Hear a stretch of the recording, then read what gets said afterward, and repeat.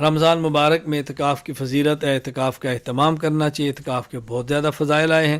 مثلا الموجم الاوسط للطبرانی میں روایت موجود ہے، عبداللہ بن عباس رضی اللہ عنہما فرماتے ہیں رسول اکرم صلی اللہ علیہ وسلم فرمایا من اعتکف یوما ابتغاء وجہ اللہ تعالی جعل اللہ بینہ وبین النار ثلاث خنادق وکل خندق ابعد مما بین الخافقین۔ اللہ اکبر۔ جو شخص ایک دن کا اعتکاف اللہ کی رضا کے لیے کرے، اللہ اس شخص کے اور جہنم کے درمیان 3 خندق کا فیصلہ فرما دیتے ہیں، اور ایک خندق زمین و آسمان کے درمیان سے زیادہ بڑی ہے۔ اللہ اکبر۔ زمین و آسمان کے درمیان جو فاصلہ ہے اس سے بھی زیادہ خندق ہے۔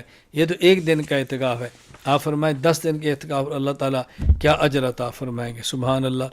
میری آپ سے گزارش ہے اعتکاف کورس میری کتاب لے لیں، اور وہ آپ کو نیٹ پر بھی مل جائے گی۔ آپ کو چاہیے کہ رمضان مبارک میں اعتکاف کورس اپنے پاس رکھیں، مساجد میں اعتکاف کورس کروائیں، اس سے آپ کا بھی فائدہ ہوگا اور لوگوں کا فائدہ ہوگا۔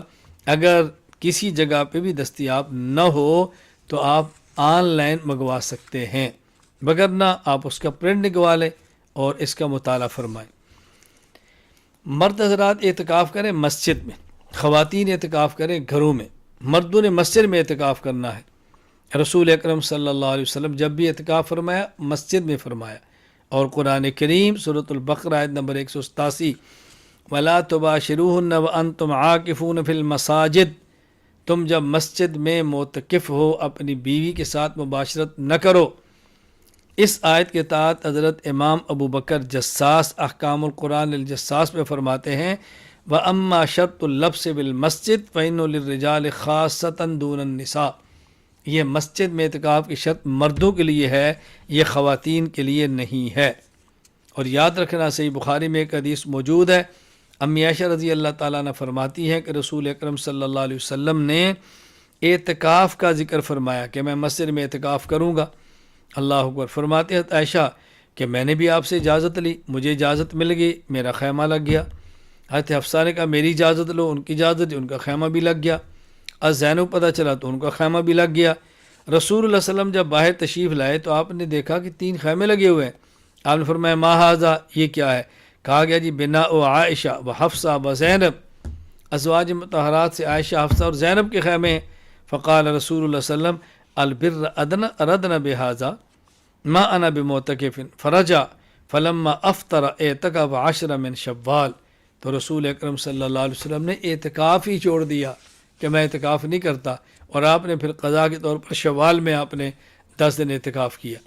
اب اس حدیث کو ذکر کرنے کے بعد شمس الائمہ امام محمد بن احمد سرخسی رحمہ اللہ وفات 483 ہجری المبسوط لسرخسی باب الاعتکاف میں فرماتے ہیں عورت اپنے گھر میں اعتکاف کرے۔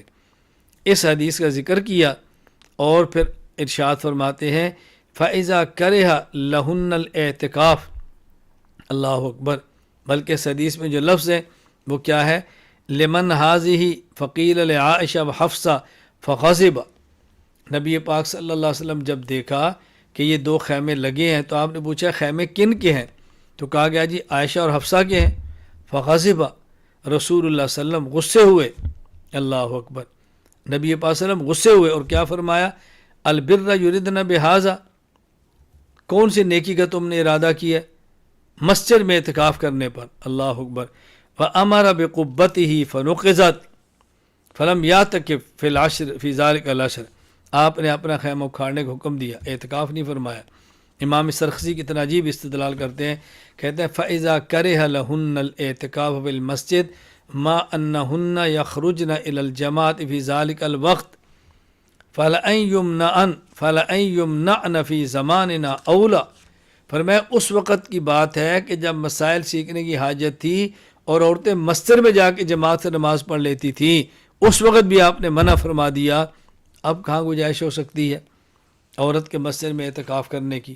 خواتین کے مسجد میں اعتکاف کرنے کے بارے میں ناگفتہ بھی واقعات میرے علم میں ہیں جس کا ذکر کرنا میں مناسب نہیں سمجھتا۔ اس لیے خواتین اللہ کے لیے یہ کام نہ کریں، مرد اعتکاف مسجد میں کریں، خواتین اعتکاف کرنا چاہیں تو گھر میں کریں۔